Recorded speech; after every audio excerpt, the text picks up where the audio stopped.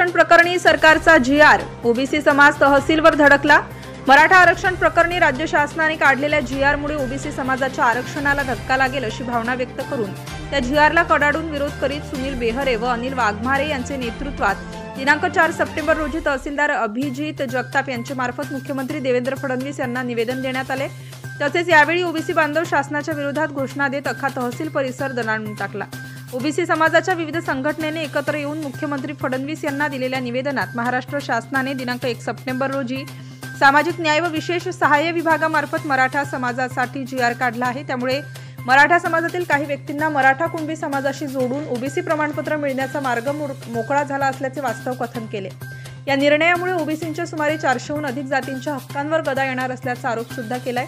तसेच शासनाचा निर्णय हा घटनात्मक तरतुदींचे उल्लंघन करणारा असून मराठा समाजाचा समावेश झाल्यास आधीच मर्यादित संधी असलेल्या ओबीसी समाजावर अन्याय होणार असल्याची व्यथा त्यात मांडली आहे। याशिवाय सर्वोच्च न्यायालयाच्या निर्णयाला धाब्यावर बसवून केवळ राजकीय दबावाखाली हा निर्णय घेण्यात आल्याचा आरोप निवेदनातून केला आहे।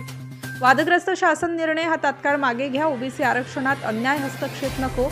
ओबीसी समाजातील प्रतिनिधित्व हक्क आणि आरक्षण संरक्षित राहावे यासाठी ठोस धोरण राबवा अशी अपेक्षा व्यक्त करून हा जी.आर. मागे घ्यावे, अन्यथा तीव्र आंदोलन छेडण्याचा इशारा निवेदनातून देण्यात आला।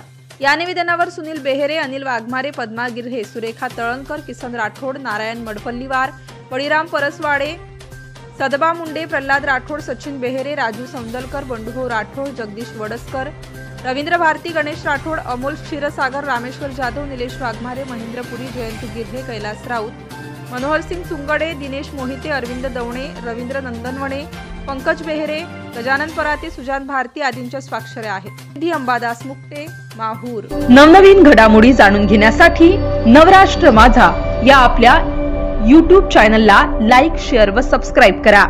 धन्यवाद।